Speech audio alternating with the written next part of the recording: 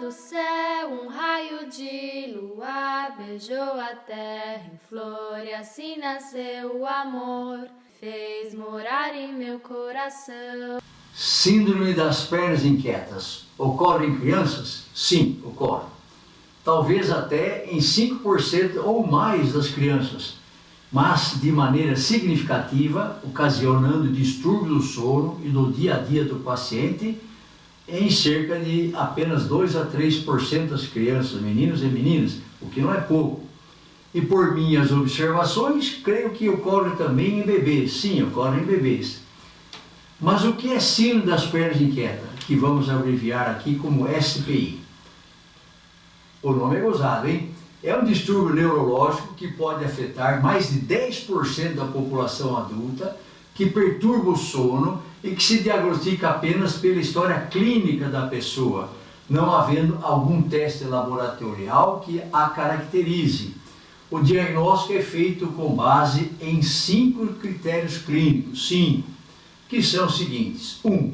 Uma imperiosa necessidade de mexer as pernas, donde o nome SPI, e isso na maioria das vezes, como observo muito frequentemente, é acompanhado de sensações desconfortáveis nas pernas, às vezes braços também, difíceis até de relatar e muito variáveis tanto em intensidade quanto na característica das sensações esquisitas, né?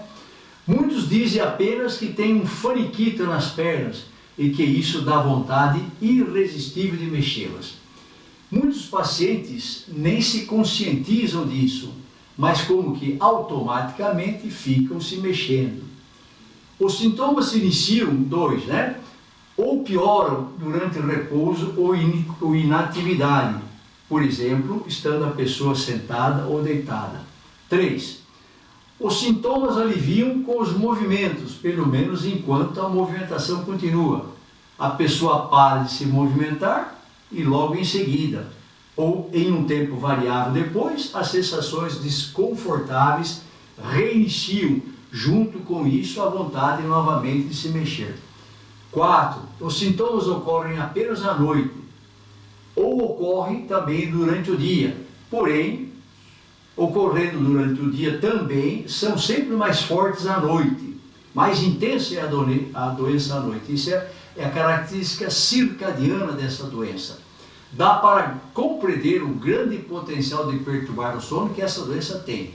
5º critério, não se encontra qualquer outra causa, uma neuropatia diagnosticável por métodos objetivos que possa causar a doença.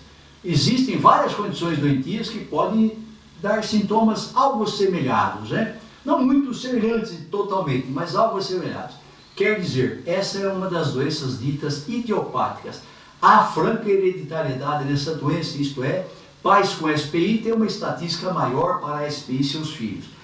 Para crianças que ainda não sabem se explicar por si só, por serem ainda pequenas, eu investigo sempre se os pais têm SPI e não fecho o diagnóstico de certeza se pelo menos um dos pais não apresenta a doença. Não raramente, familiares trazem ao meu consultório crianças que tinham mau sono, nas quais eu noto característica da SPI. Assim, investigo histórias de SPI nos familiares e constato que um ou os 2 pais têm SPI. Várias vezes aconteceu de eu diagnosticar SPI em um dos cônjuges pelo quadro clínico de seu filho. E várias vezes me foi relatado por um adulto: nossa, então é por isso que eu durmo mal à noite, pois me mexo muito durante a noite? Sobre essa doença já se disse que é a mais comum das doenças, menos comumente conhecida. Curioso, né? A intensidade, gravidade da SPI é muito grande, sendo que se diga, na maioria dos portadores, ela é de pouca gravidade e, assim, apenas uma curiosidade de comportamento que a pessoa pensa ter, isto é, se mexe de paz porque simplesmente é natural delas. E também, na maioria dos portadores de SPI, ela não se manifesta cotidianamente, e sim ocasionalmente. Mas nos casos mais intensos, a SPI tem grande potencial para prejudicar o sono do adulto ou da criança. As crianças, 2 a 3% delas, têm distúrbios significativos do sono. Se mexem muito na cama, mudam de posição, as cobertas caem, as crianças às vezes caem da cama, acordam com frequência, chamam seus pais, parecem manhosas para dormir.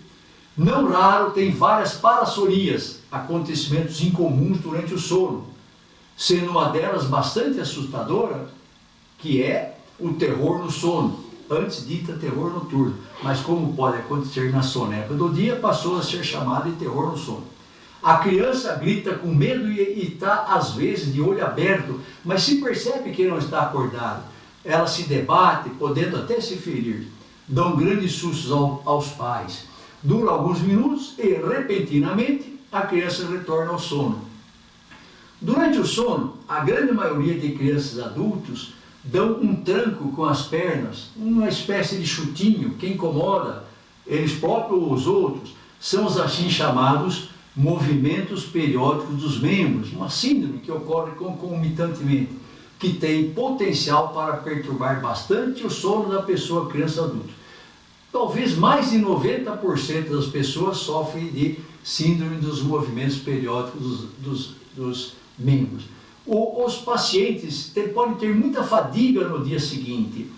Os adultos, as crianças também, as grandes, podem estar fatigadas no dia seguinte. Mas, paradoxalmente, mais comumente, elas são agitadas, turbulentas, embirram com facilidade e têm um comportamento distraído e hiperativo. Aliás, a criança com SPI frequentemente também pode apresentar realmente transtorno de déficit de atenção com hiperatividade e ou ansiedade, ou ambos, como comorbidades. Realmente, SPI é também muito inconveniente para o dia a dia seguinte da criança, prejudicar o desempenho escolar. Trata-se de doença sem cura, apesar de, às vezes, períodos espontâneos de remissão, de paz no sono. Doencinha chata, mas há tratamento? Sim, há tratamento. Abordaremos o tratamento em futuro vídeo. Obrigado por assistir e até o próximo vídeo, quando tratarei oportunamente do tratamento de SPI em crianças.